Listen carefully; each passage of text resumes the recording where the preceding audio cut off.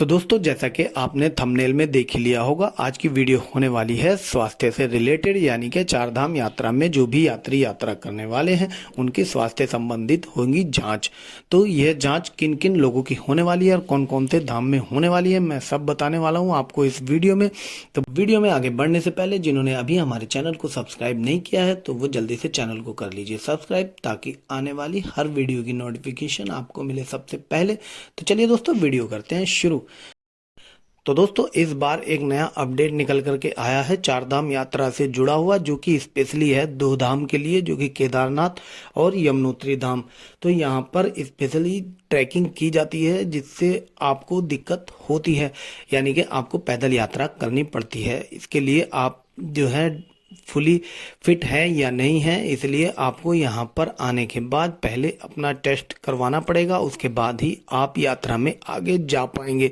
तो क्या है वह टेस्ट, उससे पहले मैं आपको बता देता हूँ एक बात, जो कि बहुत सारे दोस्त हैं जो ट्रैकिंग करने के लिए आते हैं, लेकिन उनसे ट्रैकिंग हो नहीं पाती है। क्यों? क्योंकि उनसे प्लेन में या पैदल चलने की आदत नहीं होती है, या चलते हैं तो वो एक समतल जगह पर पैदल चलते हैं, लेकिन यहाँ पर होती है ट्रैकिंग, जिससे उनको चलने में प्रॉब्लम होती है और वह दिक्कत का सामना करना पड़ता है। इसलिए आप लोगों से मेरा विनम्र निवेदन है, अगर आप केदारनाथ जी की यात्रा या यमुनोत्री जी की यात्रा करना चाहते हैं, क्योंकि यहीं पर जो है ट्रैकिंग होती है, बाकी दो धाम पर ट्रैकिंग नहीं होती है, यानी कि आपको बाकी दो धामों पर पैदल नहीं चलना पड़ता है। इसलिए अगर आप इन दोनों धामों की यात्रा करने वाले हैं तो अभी से पैदल चलने की प्रैक्टिस कर लीजिए, क्योंकि आपको ऊपर जाकर पैदल चलने में बहुत ही प्रॉब्लम होने वाली है। अदरवाइज अगर आप पैदल नहीं चल सकते हैं तो आप हेलीकॉप्टर के माध्यम से भी यात्रा कर सकते हैं। रही बात पैदल चलने की, तो उसके भी कुछ नियम हैं, जितना कि आपसे डिपेंड होता है उतना चलिए। बहुत से लोग दूसरों को देख करके क्या होता है कि बिना रेस्ट किए ही यात्रा करने लगते हैं। तो ऐसा नहीं है दोस्तों, आप अपने शरीर के अकॉर्डिंग, अपनी फिटनेस के अकॉर्डिंग ही यात्रा करें। मत देखें दूसरों को कि वो कितनी तेज चल रहा है या कितनी तेज नहीं चल रहा है। आप लोगों को अपने फिटनेस के अकॉर्डिंग ही यात्रा करनी है। पॉसिबल हो तो आप थोड़ा थोड़ा गैप लेकर यात्रा करें, और क्या है कि 10 से 15 मिनट का ब्रेक भी यात्रा के दौरान थोड़ी थोड़ी जगह पर लेते रहें। उससे आपके शरीर को रेस्ट मिलती रहेगी दोस्तों, क्योंकि हम लोगों का टेम्परेचर यहाँ पर कुछ और है और वहाँ पर टेम्परेचर कुछ और होता है, जिससे क्या होता है, हार्ट में प्रॉब्लम होने लगती है। पिछले साल भी हार्ट की प्रॉब्लम की वजह से दोनों धामों में लगभग 200 यात्रियों की मौत हुई थी।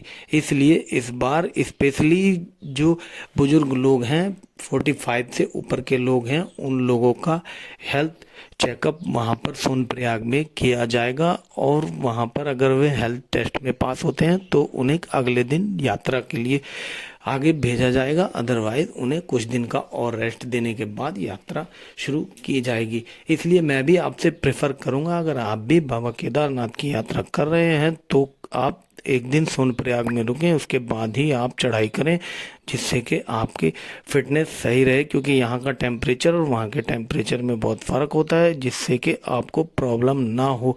अदरवाइज़ आप यहाँ से जा कर के तुरंत ट्रैकिंग स्टार्ट कर देंगे तो आपको प्रॉब्लम हो सकती है दोस्तों। इसलिए दोस्तों, पॉसिबल हो के एक नाइट का स्टे आप सोनप्रयाग में करें, जिससे कि आपके बॉडी टेम्परेचर फिट हो जाए वहाँ के अकॉर्डिंग। उसके बाद ही अगले दिन ट्रैक स्टार्ट करें, और बड़े ही आराम से स्लोली ट्रैक करें। बड़े आराम से ही बाबा केदारनाथ का ट्रैक आपसे कंप्लीट हो जाएगा। ऐसे कोई इशू नहीं है। प्रॉब्लम जो होती है उन लोगों के लिए होती है जो ट्रैकिंग की नहीं है कभी, और ट्रैकिंग करने लगते हैं और एक साथ ही बिना रेस्ट किए ही ऊपर चढ़ते रहते हैं, तो उनका बॉडी का टेम्परेचर और वहाँ के टेम्परेचर के अकॉर्डिंग प्रॉब्लम हो जाती है। इसीलिए आप बड़े आराम से ट्रैक करें और बड़े ही आसानी से ट्रैक हो जाता है दोस्तों। अब बात करते हैं हेल्थ चेकअप के इश्यू की, फिटनेस सर्टिफिकेट की। तो वह सब जो है ओल्ड आदमियों के लिए है, यानी कि 45 के ऊपर के जो भी लोग हैं उन सबका हेल्थ सर्टिफिकेट या हेल्थ इशू वहाँ पर चेक किया जाएगा, जिससे वह पॉसिबल होगा उनको ट्रैकिंग करना तो आगे ट्रैक करने दिया जाएगा। ऐसा कुछ नियम अपडेट जो है निकल करके सामने आया है। बाकी जो भी नया अपडेट होगा वो एसओपी आने के बाद ही डिसाइड होगा। फिलहाल यही था इस वीडियो का अपडेट।